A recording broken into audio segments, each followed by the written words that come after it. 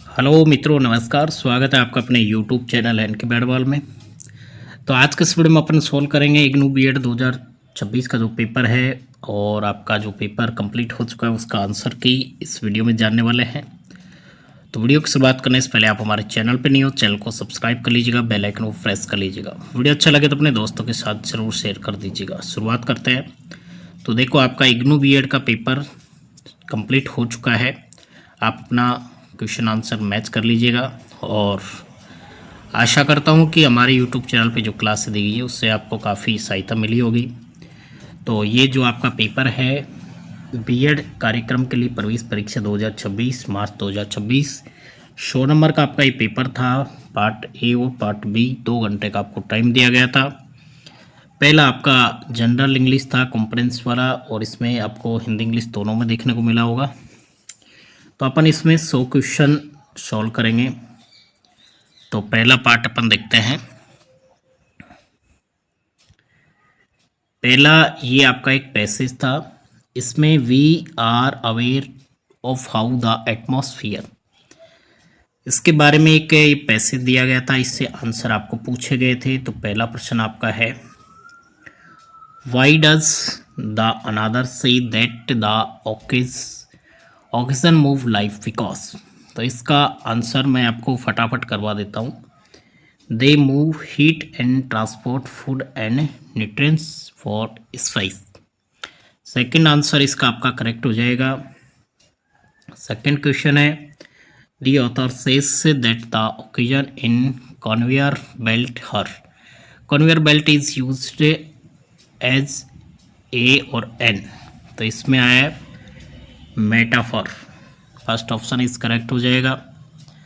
Next आपका, now as Antarctica begins of metals. तो इसमें आपका थर्ड में हो जाएगा फोर्थ। उसके बाद में फोर्थ है आपका, what is likely to cause alternation is blanket in the ocean. तो फोर्थ में आपका हो जाएगा fresh water on top of the ocean. Fifth आपका, the atmosphere air heart is circulated is. तो 5 में हो जाएगा आपका transitive verb. Third option correct हो जाएगा। 6 में आपका रहेगा अटलांटिक मेटलिटीम। तो ये आपका पैसे से संबंधित था, तो इसमें थर्ड नंबर हो जाएगा। 7th है आपका, how are the nature plus an alternation of planet is say manifested. तो इसमें रहेगा आपका 1 और 3 दोनों रहेंगे। उसके बाद में अगला है 8 नंबर आपका, what cast change in the Antarctica is undergoing. तो इसमें आपका फर्स्ट और सेकंड थर्ड है इसमें। तो फर्स्ट आपका ग्रीन हाउस इफेक्ट है और थर्ड है आपका नेचर वायरेबिलिटी। अगला क्वेश्चन है आपका 9 नंबर है। तो 9 नंबर आपका है, the change of dramatic of the planet her dramatics is. तो ये किसमें चेंज हुआ है, एडजेक्टिव ऑफ चेंज विशेषण में हुआ है। What is the main themes of the above passage. तो ये है आपका ग्लोबल वार्मिंग से संबंधित है। तो सेकंड ऑप्शन आपका करेक्ट हो जाएगा। ये 10 क्वेश्चन आपके फर्स्ट पार्ट वाले हैं जो आपके हिंदी अंग्रेजी में आते हैं। उसके बाद में अगला पार्ट है अपना तार्किक विश्लेषणात्मक चिंतन है, रीजनिंग का है। पेड़ जंगल है और इसके बाद में घास है। तो घास आपका हो जाएगा लॉन, 1 नंबर हो जाएगा। समाचार पत्र फ्रेश है तो कपड़ा घास से होगा। तो कपड़ा आपका मिल से निकलता है, तो इसमें होगा आपका 4 नंबर। उसके बाद में आपका एक श्रेणी क्रम दे रखा था। श्रेणी क्रम में आपको एक एक और ऐसे के श्रेणी चल रही थी, पहले 1 जोड़ा, फिर 2, फिर 3, ऐसे करके। तो इसका राइट आंसर आपका निकल के आया था 21। तो 4 ऑप्शन इसका करेक्ट हो जाएगा। उसके बाद में श्रेणी क्रम में कौन सी संख्या आएगी, तो यहाँ पे 6, 12, 21। तो अगली संख्या आपकी हो जाएगी 33। तो फर्स्ट ऑप्शन करेक्ट हो जाएगा। यहाँ पे एक श्रेणी दे रखा था PQRST, फिर व्यू, फिर वी हो जाएगा, तो थर्ड ऑप्शन इसका करेक्ट हो जाएगा। अगला है आपका कौन सा शब्द दूसरों से संबंध नहीं रखता है, तो ये है कार। बाकी इसके पार्ट्स हैं। अगला है 17 नंबर है, यहाँ पे कूट से संबंधित था, तो इसमें आपका रहेगा 3 नंबर रहेगा। ये थोड़ा दिखने में थोड़ा विजुअल नहीं हो रहा। सभी आम रंगों में सुनहरे हैं, यानी गोल्डन होते हैं। सुनहरे रंग वाली वस्तुएं सस्ती नहीं है। तो इसका जो आपका कथन है, तो इसमें 2 कथन दे रखे थे, तो इसमें रहेगा आपका या तो 1 या 2। उसके बाद में निम्नलिखित में से कौन सा आरेख है ट्रेन बस के मध्य सबसे अच्छा संबंध संकेतित करता है। इसमें आपको देखो ये कह रहा है आरेख ट्रेन, यात्री और बस, तो इसमें आपका कौन सा अच्छा संबंध संकेतित करता है, तो देखो यात्री। तो इसमें आपका एक बार देखो ये कन्फ्यूजन भी है, हो सकता है इग्नू इसका आंसर चेंज कर दे, तो आपको इसमें 3rd नंबर ही मानना ठीक रहेगा। यात्री है तो यात्री बस में भी जा सकता है और वो ट्रेन में भी जा सकता है।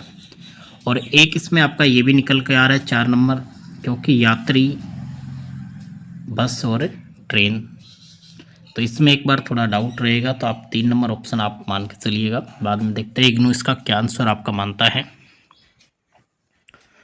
नीचे दिए गए शब्दों को सार्थक क्रम में व्यवस्थित कीजिए। एक क्रम में आपको इसको लगाना है, तो इसमें पहले चाबी आ जाएगा, चाबी के बाद में आपका रहेगा ताला, तो इसका 3 नंबर ऑप्शन आपका करेक्ट हो जाएगा। आगे चलते अपन। अमर, अकबर और एंथोनी की आयु का योग 90 वर्ष है। 3 वर्ष पूर्व उनकी आयु का योग क्या था, तो इसमें तीनों की आयु का योग पूछा है, तो ये 81 हो जाएगा, 81 वर्ष था। एक लड़के की पिक्टोग्राफ यानी फोटोग्राफ की और संकेत करते हुए सुरेश ने कहा वह मेरी माँ के इकलौते बेटे का बेटा है। सुरेश उस लड़की का क्या संबंध है, तो वो उसका क्या हो जाएगा, पिता हो जाएगा। अगला है आपका एक पंक्ति में ये लोग बैठे हुए हैं, एस और जेड बीच में है, ए और पी अंत में, आर और ए के दाएं बैठा है, तो पी के दाहिने कौन है, तो पी के दाहिने आपका हो जाएगा इसमें एक्स हो जाएगा। उसके बाद में आगे चलते अपन। निम्नलिखित में से उस शब्द का चयन कीजिए जो फसल कटाई, फसल काटना, हार्वेस्ट शब्द का एक आवश्यक भाग है। तो इसमें देखो सरद है, भंडार है, ट्रैक्टर है, फसल है, तो ये है आपका क्रॉप फसल का। निम्नलिखित में से उस शब्द का चयन कीजिए जो किताब, बुक शब्द का एक आवश्यक भाग है। तो इसमें आपका हो जाएगा पृष्ठ, पेजेज हो जाएगा।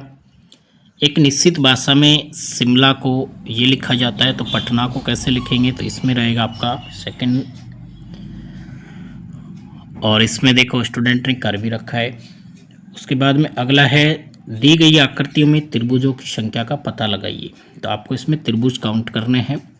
तो देखो साइडों में 1 2 3 4 5, एक इधर से हो जाएगा सेपरेट, 6 7 फिर 8, तो इसमें आपका 10 हो जाएगा। कौन सा आकार शेप दूसरों से भिन्न है, तो इसमें आपका वृत्त रहेगा, क्योंकि बाकी में भुजा है, इसमें वृत्त में नहीं है, तो सर्किल हो जाएगा इसका। यदि सभी बिल्लियाँ स्तनपायी मल है तो कुछ स्तनपायी वाली है, तो निम्नलिखित में से कौन सा कथन सत्य है, तो इसमें आपका कुछ स्तनपायी काली नहीं है, तो 4 नंबर इसमें ठीक रहेगा। अगला ऑप्शन है निम्नलिखित में से उस शब्द का चयन कीजिए जो स्कूल शब्द का आवश्यक भाग है, तो ये आपका विद्यार्थी स्टूडेंट हो जाएगा। तो ये आपका रीजनिंग वाला पार्ट कंप्लीट हो जाएगा। अगला पार्ट आपका रहेगा शैक्षिक एवं सामान्य चेतना। पहला क्वेश्चन इसमें 31 देख पा रहे होगे। विद्यालय शिक्षा 5334 पाठ्यचर्या संबंधित शिक्षा शास्त्री ढांचा के द्वारा संस्तुत किया गया है। तो NEP 2020 यहाँ पे राइट ऑप्शन रहेगा। उसके बाद में अगला है, शिक्षा से मेरा तात्पर्य बच्चे और मनुष्य के शरीर, मन और आत्मा के सर्वोत्तम का सर्वांगीण विकास करना है। किसने कहा था? तो ये महात्मा गांधी जी ने कहा था। थर्ड ऑप्शन करेक्ट हो जाएगा। किसी व्यक्ति का मूल सम्यक आचरण, सम्यक ज्ञान, सम्यक विश्वास द्वारा निर्धारित किया जाता है। किसके द्वारा प्रतिपादित किया जाता है? तो ये आपका जैन धर्म। सेकंड ऑप्शन करेक्ट रहेगा। उसके बाद में आगे है, भारत में शिक्षा का अधिकार अधिनियम किस वर्ष अधिसूचित किया गया? तो ये 2009 में आपका ये किया गया था। 1 अप्रैल से लागू किया गया था, अगले नेक्स्ट ईयर से। फिर निम्नलिखित में से कौन सा शिक्षा का अनौपचारिक अभिकरण एजेंसी है? तो देखो, विद्यालय, महाविद्यालय औपचारिक है, तो इसमें घर हो जाएगा। अगला है, 4 वर्षीय बीएड कार्यक्रम किसके द्वारा? तो ये NEP 2020 है। अभी इग्नू भी इसका कार्यक्रम कंडक्ट करवा रहा है, ITAP के नाम से चल रहा है। तो ऑप्शन 1 आपका इसमें करेक्ट हो जाएगा। स्वयं प्रभा है, तो ये लास्ट ईयर से रिपीट हुआ क्वेश्चन है आपका। NEP वाला भी लास्ट ईयर आ चुका है। PY की सीरीज में ये आपके क्वेश्चन कंप्लीट किए गए थे। तो इसमें है आपका, तो ये मूक से संबंधित है। लास्ट ईयर मूक का फुल फॉर्म पूछा था, आपकी बार स्वयं को उल्टा कर दिया है। तो इसमें आपका 1 नंबर ऑप्शन करेक्ट रहेगा। नवोदय विद्यालय वाला 21 में आया था, और उस टाइम इसको पूछा गया था कि ग्रामीण बच्चों के लिए कौन से विद्यालय चालू किए गए। तो अभी इसका स्थापना वर्ष पूछा है, तो यहाँ पे स्थापना वर्ष आपका रहेगा 1986। 4 नंबर ऑप्शन आपका करेक्ट हो जाएगा। अगला रहेगा आपका, NEP 2020 के अनुसार NRF का पूर्ण रूप क्या है? तो इसका आपका रहेगा 1 नंबर, नेशनल रिसर्च फाउंडेशन। निम्नलिखित में से दर्शन की प्रयोजनवादी विचारधारा, प्राग्मेटिक स्कूल ऑफ फिलोसफी के प्रसारक या प्रोपगेटर कौन थे? तो इसका हो जाएगा आपका जॉन डेवी। तो थर्ड ऑप्शन आपका इसमें करेक्ट हो जाएगा। आगे चलते अपन, निम्नलिखित में से किस शिक्षा नीति ने 10 बस्ता मुक्त दिनों 10 बैगलेस डेज की अनुशंसा की है? तो ये आपका रहेगा NEP 2020। इसके बाद में अगला रहेगा आपका 42, निम्नलिखित में से लर्निंग मैनेजमेंट सिस्टम LMS कौन सा है? तो इसमें रहेगा आपका मूडल। तो 4 नंबर ऑप्शन करेक्ट रहेगा। मुक्त शैक्षिक संस्थानों CCBYSC का अर्थ क्या है? तो इसका अर्थ होता है आपका लेखकों को श्रेय और आदान प्रदान करना दोनों समान रूप से करना है। तो ये आपका 3rd नंबर ऑप्शन इसका करेक्ट हो जाएगा। अगला है, साम्य, निष्पक्षता और समानता की अवधारणा से संबंधित कौन सा कथन सही नहीं है? तो इसमें रहेगा आपका सही है कहा गया है ना, तो इसमें 2 नंबर ऑप्शन करेक्ट रहेगा। साम्य निष्पक्षता के माध्यम से प्राप्त की गई समानता। राष्ट्रीय परीक्षण एजेंसी नेशनल टेस्टिंग एजेंसी की सीमा के अंतर्गत नहीं आता है, तो इसमें रहेगा आपका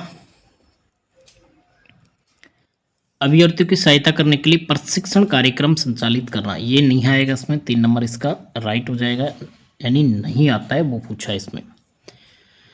निम्नलिखित में से सतत पोषणीय विकास लक्ष्य SDG में गुणवत्ता शिक्षा क्वालिटी एजुकेशन का SDG 4 है आपका, तो इसमें आपका रहेगा 2nd ऑप्शन SDG 4।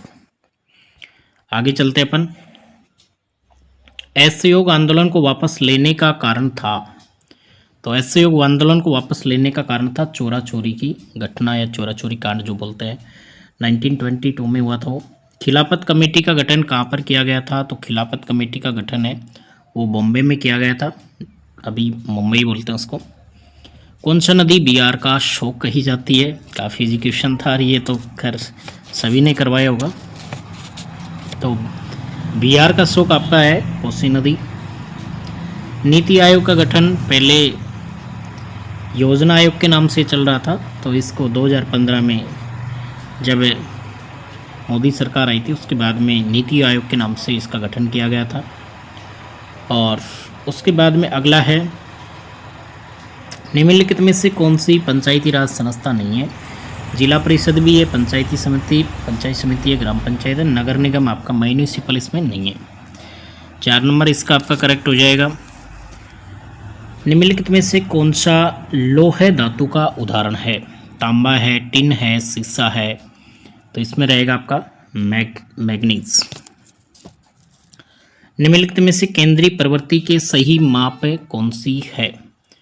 तो केंद्रीय प्रवृत्ति का जो माप है इसमें आपका माध्यिका रहेगा, मीडियन। सेकंड ऑप्शन इसमें मीडियन मीन्स माध्य रहेगा इसमें। देखो 53 पवलक है, माध्यिका है। 1 मिनट इसको वापस करते। निम्नलिखित में से केंद्रीय प्रवृत्ति का सही माप कौन सा है? तो इसमें रहेगा आपका, तो 53 में आपका माध्य रहेगा, मीन। प्रत्येक विद्यार्थी यानी प्रत्येक शिक्षार्थी में अपना ज्ञान स्वयं निर्मित करने की क्षमता होती है, तो किस उपागम के अंतर्गत आता है?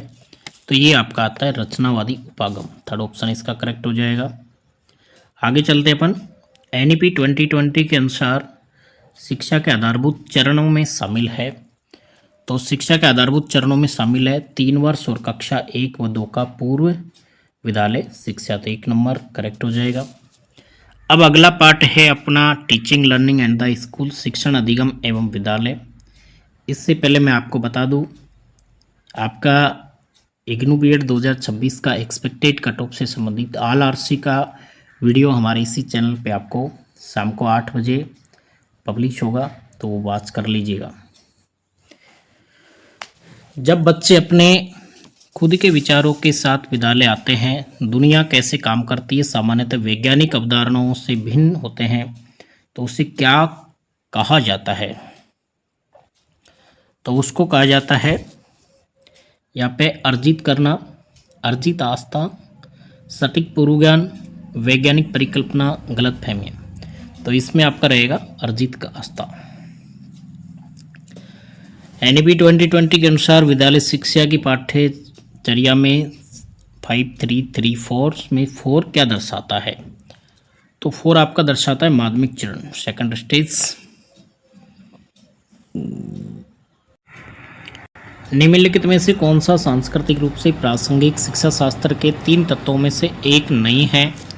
तो इसमें रहेगा आपका 58 में संशोधित मानक। निम्नलिखित में से प्रदर्शन आधारित मूल्यांकन का उदाहरण नहीं है, तो शिक्षक के प्रश्न का मौखिक उत्तर। गीता लगातार अपने शिक्षण में सुधार करना चाहती है, सुनिश्चित करना चाहती है कि वह अपने सभी छात्रों की ज़रूरतों को पूरा कर रही है। इन लक्ष्यों को प्राप्त करने के लिए वह कौन सी रणनीति अपना सकती है? तो वो छात्रों से प्रतिक्रिया प्राप्त करने और निर्देश को संशोधित करने में समय बिताए, तो थर्ड ऑप्शन करेक्ट रहेगा। किसी संस्था या व्यक्ति के अध्ययन को खालिस्तान के रूप में जाना जाता है, तो उसको जाना जाता है, किसी संस्था या व्यक्ति का अध्ययन अपन करते हैं तो उसको अपन बोलते हैं केस स्टडी, तो 3 नंबर ऑप्शन आपका करेक्ट हो जाएगा। राहुल किसी को पहेलियाँ सुलझाते हुए एक वीडियो देखता है, फिर उसे खुद हल करने की कोशिश करता है। इस उदाहरण में राहुल ने किस तरह की सीख का प्रयोग किया? सहयोगात्मक, संज्ञानात्मक, क्रिया प्रसूत, अवलोकन संबंधी, तो ये है अवलोकन संबंधी। 4 नंबर करेक्ट रहेगा इसमें। रचनावादी शिक्षण प्रयोग में छात्र क्या भूमिका निभाते हैं? तो रचनावादी में सीखने में सक्रिय भागीदार होते हैं। नताशा ने गणित की एक चुनौतीपूर्ण पर समस्या ब्लैक बोर्ड पर लिखी। उसे अपने छात्रों से समस्या से संभावित समाधानों पर विचार मंथन करने, एक दूसरे के साथ चर्चा करने के लिए कहा। यह किसका एक उदाहरण है? तो यह है खोजपूर्ण निर्देश का। मुझे पता है कि तुम अपनी पूरी कोशिश कर रहे हो, लेकिन तुम्हें अभी और अभ्यास करने की ज़रूरत है, किसका उदाहरण है? तो ये है आपका सकारात्मक प्रक्रिया। शिक्षक अपने कक्ष के माहौल को बेहतर बनाकर छात्रों को सीखने में शामिल करके और गलत व्यवहार को कम करने, सीखने को बेहतर बनाने के लिए जो कदम उठाते हैं उसे क्या कहा जाता है? तो उसे कक्ष प्रबंधन कहा जाता है। निम्नलिखित में से कौन सा सकारात्मक अनुशासन का एक उदाहरण है? तो अनुशासन का उदाहरण सकारात्मक वो है पाठ को आकर्षक दिलचस्प बनाकर गलत व्यवहार को रोकना। तो इसमें 2 नंबर ऑप्शन आपका करेक्ट हो जाएगा। फ्रांसीसी क्रांति की ओर ले जाने वाले कारकों की आलोचनात्मक जांच करें, किस उद्देश्य पर आधारित है। तो ये विश्लेषण एनालिसिस। तो 1 नंबर आपका करेक्ट हो जाएगा। विद्यालय पाठ्यचर्या का लक्ष्य व्यक्तित्व का सर्वांगीण विकास है, यह किस सिद्धांत से संबंधित है।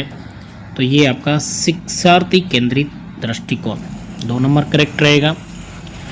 निम्नलिखित में से कौन सा कथन पाठ्यचर्या कैरिकुलम पाठ्यक्रम सिलेबस के मध्य अंतर में सबसे अच्छी तरह से बताता है। पाठ्यक्रम में विद्यालय के विषय शामिल होते हैं, जबकि पाठ्यचर्या सीखने के अनुभवों को पूरी जानकारी देता है। तो सेकंड ऑप्शन करेक्ट रहेगा। निम्नलिखित में से कौन सा कथन गलत बताया है यहाँ पे। तो इसमें है पूरे प्राथमिक चरण को अब प्रारंभिक चरण कहा गया है। तो ये गलत हो जाएगा। बाकी आपके 3 ऑप्शन सही है। उच्च प्राथमिक को अब मध्यम चरण कहा जाएगा, माध्यमिक चरण को 4 साल का कहा जाएगा। NCFFS 2022 शुरुआती बचपन की देखभाल और शिक्षा का ध्यान रखता है। 72 है अवधारणात्मक अधिगम की कौन सी 2 शैलियाँ छूने की भावना पर निर्भर करती है। तो यहाँ पे एक तो हैप्टिक और इंटरेक्टिव अधिगम, एक है हैप्टिक एंड काइनेटिक अधिगम। तो यहाँ पे 72 में आपका 2 नंबर सही रहेगा। सामाजिक भावनात्मक अधिगम शिक्षकों को मुख्य रूप से इसमें मदद करती है। तो 73 में आपका रहेगा 3 नंबर भावनाओं की प्रभावी ढंग से समझना और नियंत्रित करना। प्रभावी कक्षा कक्ष प्रबंधन का मुख्य उद्देश्य क्या है। तो इसका रहेगा सुरक्षित व्यवस्थित आकर्षक सीखने का माहौल बनाना। 71 में आपका 1 नंबर रहेगा। उसके बाद में 75 है निम्नलिखित में से कौन सा प्रश्न भिन्न भिन्न सोच को बढ़ावा देगा। तो ये है कपड़े टांगने वाले विभिन्न उपयोग क्या है। तो इसमें 3 नंबर रहेगा। अगला है 76 है निम्नलिखित में से कौन सा औपचारिक अवधारणा का एक उदाहरण है। तो ये यहाँ पे है घेरा है, नदी है, जानवर है, पक्षी है। तो यहाँ पे 1 नंबर रहेगा घेरा। बिग 5 थ्योरी ऑफ पर्सनालिटी में ई का मतलब क्या है। तो ई का मतलब यहाँ पे है बहिर्मुखता, एक्सट्रावर्जन। अनुदेशात्मक नेतृत्व मुख्य रूप से इन पर केंद्रित है। तो इसमें रहेगा शिक्षण प्रक्रिया में सुधार। कौन सी शिक्षण विधि सीखने वालों की भागीदारी को सबसे अच्छा और सक्रिय बनाती है। तो सीखने वालों को भागीदारी को सबसे अच्छा बनाती है चर्चा विधि, डिस्कशन मेथड। अगला है 80 नंबर स्वाति को पक्षी अभ्यारण्य जाना पसंद है। उसे दर्जनों पक्षियों की प्रजातियों के बारे में तथ्य याद कर लिए हैं। हालांकि जब वह उस पक्षी अभ्यारण्य में खोजी गई एक नई प्रजाति के बारे में जानने की कोशिश करती है तो उसे नई जानकारी याद रखने में मुश्किल होती है। इस उदाहरण में स्वाति को किस समस्या का अनुभव हुआ है। ऑप्शन 1 है अवस्था निर्भर स्मृति, स्टेट डिपेंडेंट मेमोरी, पूर्वव्यापी स्टेप, सक्रिय स्टेप, प्रतिगामी स्मृति लोप। तो इसमें है आपका सक्रिय हस्तक्षेप, प्रोएक्टिव इंटरफेरेंस। तो इसमें आपका 3 नंबर ठीक हो जाएगा। तो ये आपका teaching learning and the school वाला कंप्लीट हो जाएगा। अब अपन सोल्व करेंगे पार्ट ये आपका कंप्लीट हो चुका है। अगला पार्ट है पार्ट बी, और पार्ट बी में अपन सोल्व करेंगे हिंदी। हिंदी के जो आपके 20 क्वेश्चन आए, मैक्सिमम स्टूडेंट्स का हिंदी था, तो अपन हिंदी वाले सोल्व करेंगे। हिंदी का सीरीज था आपका 161। तो हिंदी में आपको एक पैसेज दिया गया था। लास्ट ईयर की तुलना की जाए तो हिंदी वाला पार्ट अब की बार लास्ट ईयर से थोड़ा हार्ड है। जो आपका एजुकेशनल जनरल अवेयरेंस वाला पार्ट थोड़ा यानी कि ज़्यादा हार्ड नहीं है, थोड़ा मॉडरेट है लास्ट ईयर से। अब अपना जो अब की बार स्टूडेंट्स हैं हिंदी वाले, इसमें थोड़ा सा प्रॉब्लम्स रहेगा, क्योंकि 20 में से 20 करना थोड़ा काफ़ी मुश्किल है। इसमें एक पैसेज आया था, लगभग सभी विकसित देशों में शिक्षित व्यक्ति की सबसे पहली पहचान ये होती है कि अपनी मातृभाषा में दक्षता से काम कर सकता है, लेकिन भारत में ऐसा नहीं है। यहाँ शिक्षित व्यक्ति वह समझा जाता है जो अपनी मातृभाषा में दक्ष हो या नहीं, किंतु अंग्रेजी में जिसकी दक्षता असंगित हो। संसार के अन्य देशों में सुसंस्कृत व्यक्ति वह समझा जाता है जिसके घर में अपनी भाषा की पुस्तकों का संग्रह हो। भारत में स्थिति दूसरी है। यहाँ प्राय घर घर में साज सज्जा के आधुनिक उपकरण तो होते ही हैं, किंतु अपनी भाषा की कोई पुस्तक पत्रिका दिखाई नहीं पड़ती है। ये दुरावस्था भले ही किसी ऐतिहासिक प्रक्रिया का परिणाम है, किंतु ये सुदशा नहीं, दुरावस्था ही है। जब तक ये दुरावस्था कायम है, हमें अपने आप को सही अर्थों में शिक्षित और सुसंस्कृत मानने का ठीक ठाक न्याय संगत अधिकार नहीं है। यह सुखद है कि राष्ट्रीय शिक्षा नीति 2020 ने भारत की मातृभाषाओं में शिक्षा पर विशेष बल दिया है। अब इसमें कहा गया है, प्रस्तुत गद्यांश के लिए एक उचित शीर्षक आपको देना है।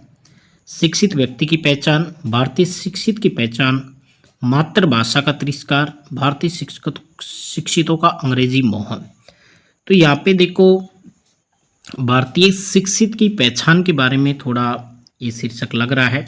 बाकी इग्नू क्या मानता है, इसमें 3 नंबर और 2 नंबर में थोड़ा डाउट, अभी इसका 2 नंबर मानेंगे। बाकी आंसर की आएगी जल्दी, तो उसके बाद पता चलेगा। दूरावस्था में कौन सा उपसर्ग है, तो इसमें आपका दुरुपसर्ग हो जाएगा, 2 नंबर आपका इसमें करेक्ट हो जाएगा। गद्यांश में किस ऐतिहासिक प्रक्रिया की ओर संकेत है, तो इसमें रहेगा आपका व्यक्तिगत स्वार्थ प्रथा की ओर। इसमें भी थोड़ा आंसर में डाउट है, 1 नंबर 2 नंबर मानेंगे फिलहाल इसका। भारत में शिक्षित व्यक्ति किसे समझा जाता है, भारत में शिक्षित व्यक्ति किसे समझा जाता है, तो 64 में यहाँ पे आपका जैसे मातृभाषा आती है। संसार के विकसित देशों में सुसंस्कृत व्यक्ति किसे माना जाता है, तो सुसंस्कृत व्यक्ति माना जाता है जिसके घर में स्वभाषा की पुस्तकों का संग्रह हो। उसके बाद में 66 है धारण करने वाली, और इसमें ऑप्शन है धरित्री है, दाता है, धारित्री है और धारयत्री है। तो जो धारण करने वाली होती है उसको बोलते हैं धारयित्री। ये छोटा आएगा, छोटी की मात्रा, त्री की मात्रा बड़ी आएगी, तो सेकंड ऑप्शन इसमें करेक्ट हो जाएगा। उसके बाद में अर्गला का अर्थ यहाँ पे पूछा गया था, तो मर्यादा था, अनाथ, शत्रु, सिटकनी। तो यहाँ पे अर्गला का जो अर्थ होगा वो होगा सिटकनी, तो 2 नंबर करेक्ट हो जाएगा। कुंठ का विलोम शब्द है, तो कुंठ का विलोम शब्द होगा तीक्ष्ण। कुंठ यानी होता है भोटा, और भोटा का उल्टा यानी तीखा, तो उसका तीक्ष्ण हो जाएगा। समास की दृष्टि से अशुद्ध है, तो यहाँ पे कृतज्ञन था, दुरात्मागण है, संसंकित है, प्राणी वृंद है। तो यहाँ पे रहेगा आपका अशुद्ध प्राणी वृंद, 3 नंबर सही रहेगा। अगला है अंगूठा चूमना का आशय है, ये थोड़ा चेक कर लीजिएगा। ये अंगूठा चूमना लिखा हुआ है, तो इसका अर्थ होगा खुशामद करना, 2 नंबर। इनमें से एक प्रत्यय से बना कौन सा शब्द है, तो इसमें हो जाएगा सामाजिक। कामायनी के रचनाकार हैं, तो कामायनी के रचनाकार जयशंकर प्रसाद जी हैं, तो इसमें 4 नंबर हो जाएगा। राजकुमार में प्रयुक्त समास कौन सा है, बहुगिरी है, तत्पुरुष है, द्वंद्व है, अभिभाव है, अव्ययभाव है। तो राजकुमार में जो समास है वो आपका तत्पुरुष रहेगा। राजा का पुत्र। मलियज का पर्यायवाची शब्द है, मलियज बोलते चंदन को, तो चंदन आपका ऑप्शन 1 में ही है, तो इसमें रहेगा आपका मलियज का पर्यायवाची चंदन।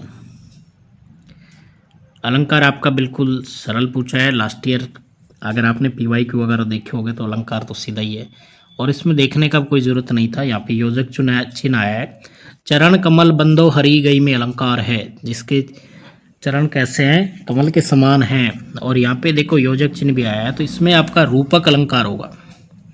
175 में आपका 4 नंबर रहेगा रूपक। आसमान सिर पर उठाने का आशय है, बहुत शोर मचाना, असंभव कार्य कर दिखाना, गुस्से से भर जाना, होश आना। तो आसमान सिर पर उठाना, बहुत शोर मचाना, 1 नंबर ऑप्शन आपका इसमें करेक्ट रहेगा। अगला है आपका प्रमाद का विलोम शब्द आपको पूछा गया था, तो प्रमाद का विलोम शब्द आपका हो जाएगा सावधानी। अत्यधिक में कौन सी संधि है, तो अत्यधिक में आपकी यण संधि हो जाएगी। कौन से शब्द की वर्तनी अशुद्ध है, तो इसमें तो आपको सभी को बोनस मार्क्स मिलने की संभावना है। औरत का वर्तनी भी सही है, बारात का भी सही है, इसमें थोड़ा दिख नहीं रहा ठीक से। अगर ये आपका ऐसा ही लिखा हुआ है तो आपका ये सही है, आधार सही है, नौकर सही है, औरत ऑलरेडी सही है। बारात लिखा हुआ है तो आपका ये क्वेश्चन डिलीट होने की संभावना है, क्योंकि इसमें 4 ऑप्शन आपके करेक्ट हैं। बाकी इग्नू का देखते हैं ऑफिशियल आंसर में क्या मानता है, नहीं तो ये आपका डिलीट होगा। और सभी को इसका फ़ायदा मिलेगा बोनस, जो आपका हिंदी ले रखा है, जिन्होंने हिंदी किया है उन सभी स्टूडेंट्स को इसका फ़ायदा मिलेगा, बोनस देगा इग्नू इसका। अगला है गबन के लेखक है, तो गबन का लेखक यहाँ पे ऑप्शन है सुदर्शन है, फणीश्वर नाथ का तो मिलांचल है, निर्मल वर्मा है, प्रेमचंद है। तो गबन के लेखक है वो प्रेमचंद जी है, तो ऑप्शन 4 आपका करेक्ट हो जाएगा। तो इस प्रकार से आपके ये पूरे 100 क्वेश्चन अपन ने इस वीडियो में सोल्व किए। आशा करता हूँ आपको ये वीडियो काफ़ी हेल्पफुल रहा होगा, तो वीडियो को लाइक कर दीजिएगा। साथ ही आपके 100 में से कितने क्वेश्चन सही हो रहे हैं इस आंसर की से, तो कमेंट सेक्शन में कमेंट ज़रूर करिएगा, जिससे कि एक्सपेक्टेड कट ऑफ का वीडियो हमारा आपको 8 बजे देखने को मिल रहा है, तो और भी आपको एक्सपेक्टेड कट ऑफ का पता चल जाए तो अपने मार्क्स शेयर ज़रूर कीजिएगा। और बाकी जो सब्जेक्ट आपके पार्ट बी के बच्चे हैं, अगर आपको लग रहा है कि मैं उसका सॉल्यूशन करवाऊं, तो आप मुझे वो व्हाट्सएप पे अपना पेपर सेंड कर दीजिएगा। ये किसी स्टूडेंट ने भेजा था, उनके भी अच्छे मार्क्स बन रहे हैं। और व्हाट्सएप ग्रुप का लिंक आपको वीडियो के डिस्क्रिप्शन में मिलेगा, टेलीग्राम का मिलेगा, टेलीग्राम ग्रुप ज्वाइन कर लीजिएगा, क्योंकि आगे का जो भी अपडेट रहेगा वो टेलीग्राम ग्रुप के माध्यम से मिलेगा, क्योंकि बाद में बहुत अपडेट रहते हैं और आप ध्यान नहीं दोगे तो आपका एडमिशन कैंसिल हो जाएगा। कब उसका मेल आता है, कब आपका कट ऑफ आएगा, कब रिजल्ट आएगा, मेरिट लिस्ट कब आएगी, सारा आपको इसी चैनल पे देखने को मिलेगा। तो वीडियो को लास्ट तक देखने के लिए धन्यवाद। मिलते हैं कोई के साथ, तब तक के लिए जय हिंद, वंदे मातरम।